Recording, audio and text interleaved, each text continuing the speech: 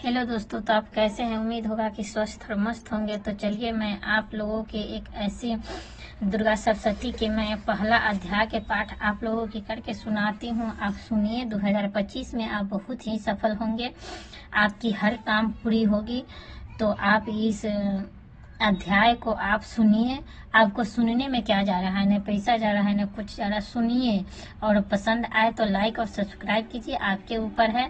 लेकिन हमसे रिक्वेस्ट है कि आप लाइक जरूर कीजिएगा मेरे वीडियो को, और वीडियो को पूरा सुनिएगा। अगर आपके पास समय है तो आप पढ़ भी सकते हैं, तो बहुत लाभ मिलेगा। नहीं समय है तो आप प्रतिदिन इसको 2 बार जरूर सुने। तो चलिए बिना समय गवाए हुए आपको ये बात कर सुनाती हूँ। पहला अध्याय।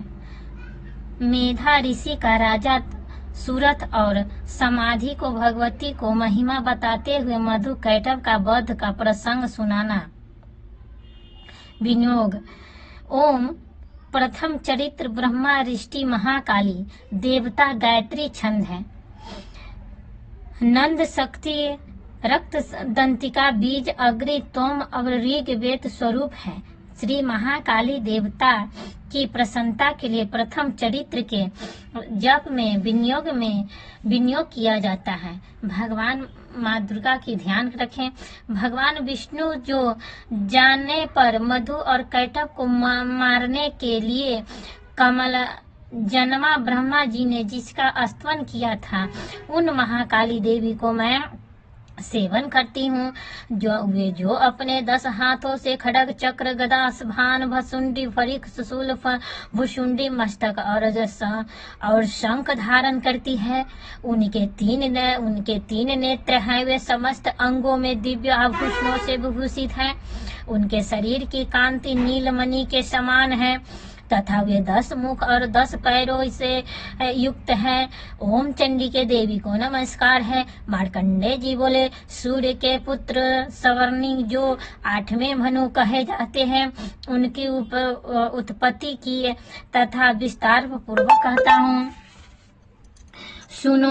सूर्य कुमार महाभाग श्रवणी भगवती महामाया के अनुग्रह से जिस प्रकार मस्तक मनवर्तन के स्वामी हुए, वही प्रसंग सुनाता हूँ। पूर्व काल की बात है। स्वरोजित मनवत में सुरत नाम के एक राजा थे। वे चैत्र वंश में उत्पन्न हुए थे। उनका समस्त भूमंडल अधिकार था। वे राजा अपने और से पुत्रों की भांति धर्म पूर्वक पालन करते थे। तो सभी कोलावंशियों नाम से के क्षत्रियों उनके शत्रु हो गए।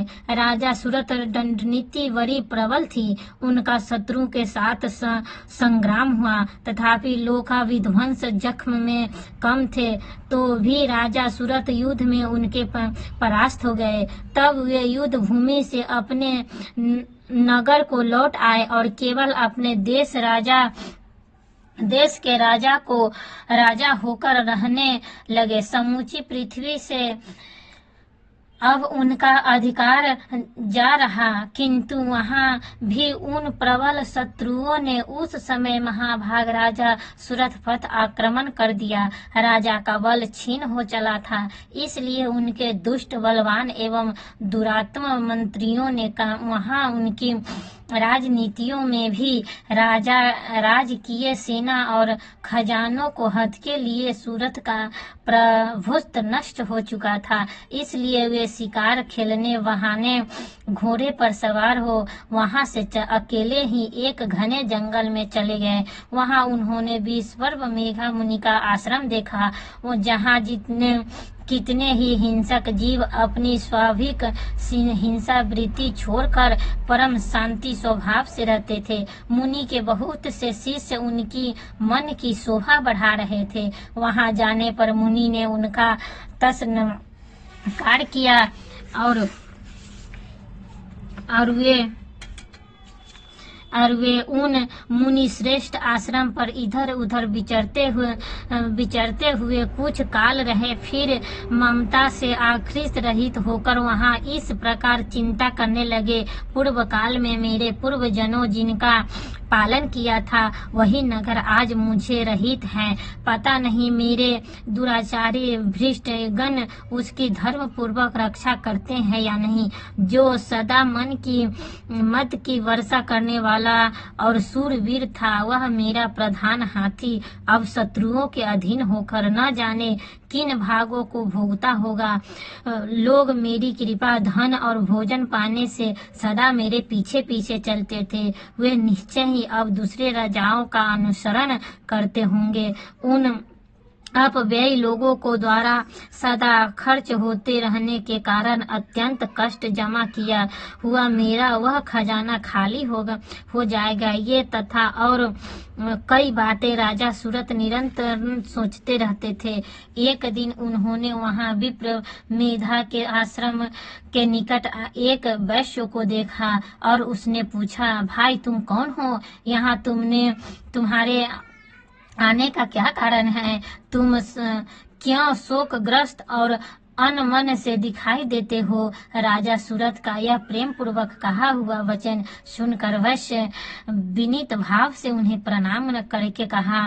वैश्य बोला, राजन मैं धनियों के कुल में उत्पन्न एक वैश्य हूँ। मेरा नाम समाधि है। मेरे दुष्ट स्त्री पुत्रों ने धन के लोभ से मुझे घर से बाहर निकाल दिया है। मैं इस समय धन स्त्री और पुत्रों से विस्त हूँ। मेरे विश्वनीय बंधुओं ने मेरा ही धन लेकर मुझे दूर कर दिया है। इसलिए दुखी होकर मैं वन में चला आया हूँ। यहाँ रहकर मैं इस बात को नहीं जानता कि मेरे पुत्रों की, स्त्री की और स्वजनों की कुशल है या नहीं। इस समय घर में वे कुशल से रहते हैं अथवा उन्हें कोई कष्ट है। वे मेरे पुत्र कैसे हैं? क्या वे सदाचारी हैं अथवा दुराचारी हो गए हैं? राजा ने पूछा। जिन लोभी स्त्री पुत्र आदि धन के कारण मुझे घर से निकाल दिया, उनके प्रति तुम्हारे चित्त में इतना स्नेह का बंधन क्यों है? वैश्य बोला, आप मेरे विषय जैसी बात करते हैं वह सब ठीक है, किंतु क्या करूं, मेरा मन निष्ठुरता नहीं धारण करता। जिन्होंने धन के लोभ में पड़कर पिता के प्रति स्नेह, पति के प्रति प्रेम और आत्मजनों के प्रति अनुराग तिलांजलि दे मुझे घर से निकाल दिया, उन्हीं के प्रति मेरे हृदय में इतना स्नेह महामते गुणहीन बंधुओं के प्रति जो मेरा चित्त इसका प्रेम ब्रह्म हो रहा है क्या है? इस बात को जानकर भी नहीं जान पाता। उनके लिए मैं लंबी सांसें ले रहा हूँ और मेरा हृदय अत्यंत दुखित हो रहा है। उन लोगों को प्रेम का स्वर्था भाव है जो भी उनके प्रति जो मेरा मन निष्ठुर नहीं हो पाता। इसके लिए क्या करूं? मार्कंडे जी कहते हैं, ब्राह्मण तदंतर राजाओं को श्रेष्ठ सूरत और समाधि नामक वैश्य दोनों साथ मेघा मुनि के सेवा में उपस्थित हुए और उनके साथ यथायोग नानाकुल नियम पूर्वक वर्तात करके बैठे। तत्पश्चात वैश्य और राजा ने कुछ वार्तालाप आरंभ किया। राजा ने कहा, भगवान मैं आपसे एक बात पूछना चाहता हूँ। मुझे बताइए, मेरा चित्त अपने अधीन न होने के कारण वह बात मेरे मन को बहुत दुख देती है। जो राजा मेरे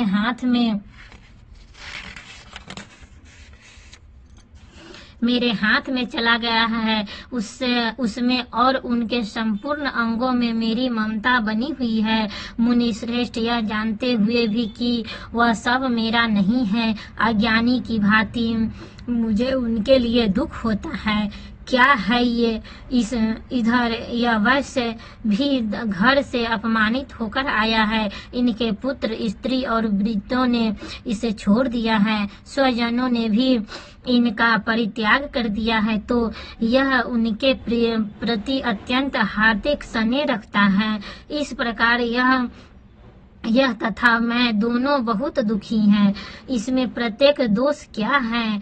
उस विशेष के लिए हमारे मन में ममता जनित आकर्षण पैदा हो रहा है। महाभाग, हम दोनों समझदार हैं तो भी हम में जो मोह पैदा हुआ है यह क्या है? विवेक शून्य पुरुष की भांति मुझे और इसमें भी यह मूढ़ता पर्यटक दिखाई देती है। ऋषि बोले, महाभाग, विश्व मार्ग के ज्ञान सब जीवों का इसी प्रकार से विश्व भी सबके लिए अलग अलग। कुछ प्राणी दिन में नहीं देखते और दूसरे रात में नहीं देखते, तथा कुछ जीव ऐसा है जो दिन और रात्रि में भी बराबर दिखते हैं। यह ठीक है कि मनुष्य समझदार है, किंतु केवल वे ऐसे नहीं होते हैं।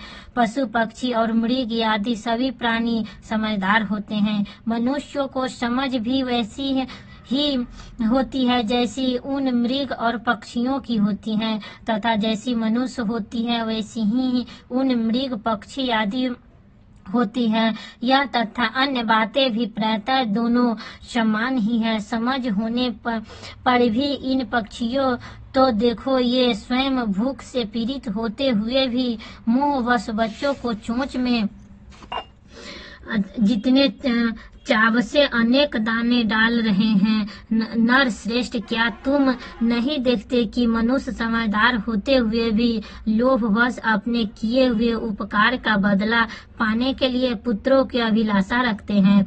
यदि उन सब समझ की कमी नहीं है, तथापि वे संसार की स्थिति उन मरण की परंपरा बनाए रखने वाले भगवती महामाया के प्रभाव द्वारा ममता भमर से युक्त मोह गहरे गर्दम में गिराए गए हैं। इसलिए इसमें आश्चर्य नहीं करना चाहिए। जगदीश्वर भगवान विष्णु योगी निंद्रा रूपा जो भगवती महामाया है, उन्हीं यह जगत मोहित हो रहा है। वे भगवती महामाया देवी ज्ञानियों के भी चित्त को बलपूर्वक खींचकर मोह में डाल देती है। वही इस संपूर्ण चराचर जगत सृष्टि करती है, तथा वे प्रसन्न होने पर मनुष्य को मुक्ति के लिए वरदान देती है। वही परा विद्या संसार बंधन और मोक्ष हेतु भूता सनातन देवी तथा संपूर्ण ईश्वरों को भी अधीश्वरी है। राजा ने पूछा, भगवान जिन्हें आप महामाया कहते हैं, वे देवी कौन हैं? ब्राह्मण, उनका आविर्भाव कैसे हुआ तथा उनके चरित्र कौन कौन हैं? ब्रह्मा वेदाओं में श्रेष्ठ महर्षि उन देवी जैसा प्रभाव हो, जैसा स्वरूप हो, वह जिस प्रकार प्रादुर्भाव हुआ हो, वह सब मैं आपके मुख से सुनना चाहता हूँ। ऋषि बोले, राजन, वास्तव में वे देवी नित्य स्वरूपा ही हैं। संपूर्ण जगत उन्हीं का रूप में तथा उन्होंने समस्त विश्व को व्याप्त कर रखा है, तथापि उनका प्रगटय अनेक प्रकार से होता है। वह मुझे सुनो, तब वे नित्य और अजन्मा है, तथापि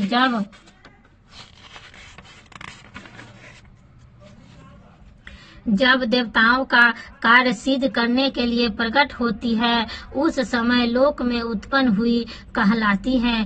कल्प के अंत में जब संपूर्ण जगत एक कारणवर्ण में निग्रह हो रहा था और सबके प्रभव भगवान विष्णु शेष नाग की सस्या बिछाकर योग निद्रा आश्रम ले रहे थे, आश्रय से सो रहे थे, उस समय उनके कानों में मैले से जो भयंकर असुर उत्पन्न हुए, जो मधु कैटव नाम से विख्यात थे, वे दोनों ब्रह्मा जी का वध करने के तैयार हो गए।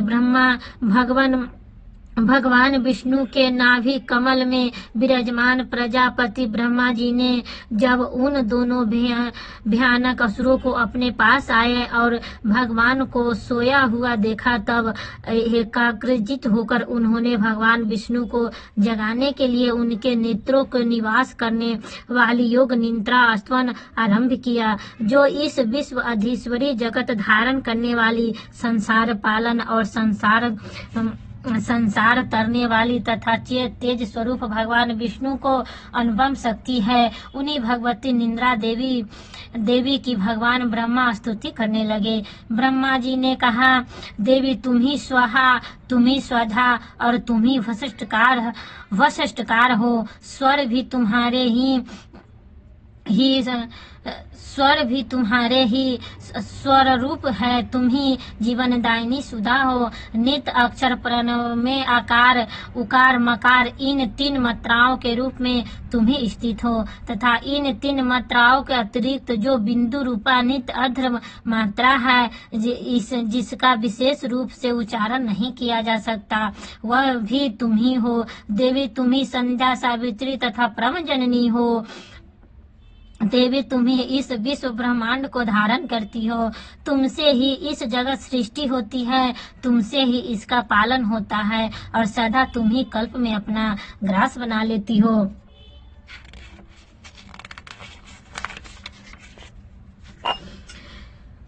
जगन्मयी देवी तुम जगत उत्पत्ति के समय सृष्टि रूपा हो, पालन काल में स्थित रूपा हो तथा कल्पांत के समय संसार रूप धारण करने वाली हो। तुम ही महाविद्या महामाया महामेधा महास्मृति महामोह रूपा महादेवी महासूरी हो।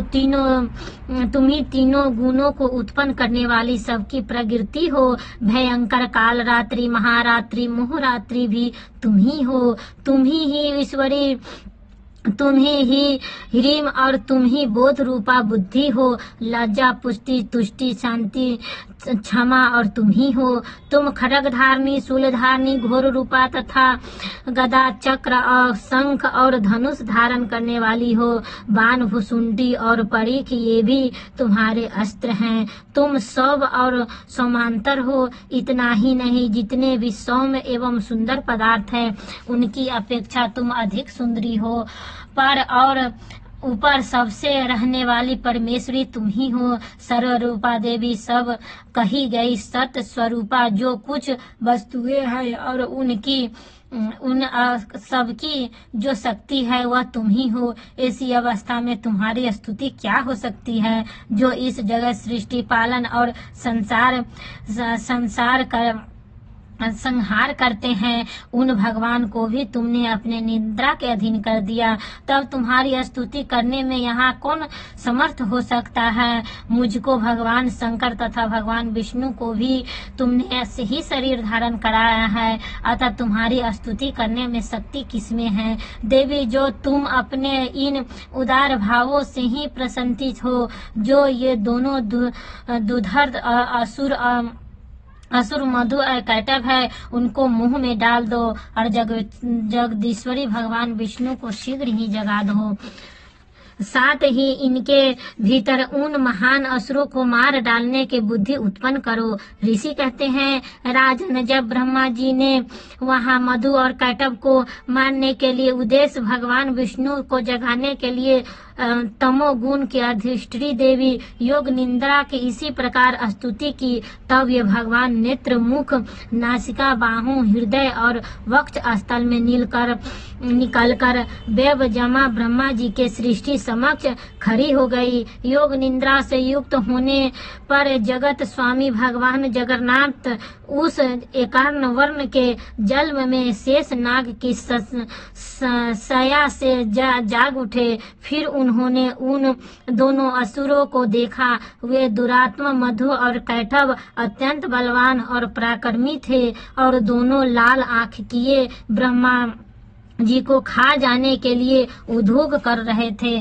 तब भगवान श्री हरि ने उठकर उन दोनों साथ 5000 वर्षों तक केवल वायु युद्ध किया। वे दोनों अत्यंत बल के कारण उत्पन्न हो रहे थे। इधर महामाया ने भी उन्हें मोह में डाल रखा था तथा इसलिए वे भगवान विष्णु से कहने लगे, हम तुम्हारी वीरता से संतुष्ट हैं, तुम हम लोगों से कोई वर मांगो। श्री भगवान बोले, यदि आप यदि तुम दोनों मुझ पर प्रसन्न हो तो अब मेरे हाथ से मारे जाओ। बस इतना सा ही मैंने वर मांगा है, यहाँ दूसरे किसी वर से क्या लेना है। ऋषि कहते हैं, इस प्रकार धोखे में आकर आ जाने पर जब उन्होंने संपूर्ण जगत में जल ही जल देखा, तब कमल नयन भगवान ने भगवान से कहा, जहाँ पृथ्वी जल में डूबी हुई न हो, जहाँ स्थान हो वही हमारा वध करो। ऋषि कहते हैं, तब तथा अस्तु कहकर शंख चक्र और गदा धारण करने वाले भगवान उन दोनों मस्तक अपनी जांघ पर रखकर चक्र से काट डाले। इस प्रकार ये दोनों महामाया ब्रह्मा जी की स्तुति करने पर स्वयं प्रकट हुई। अब पुनः उनसे उनके प्रभाव का वर्णन करता हूँ, सुनो।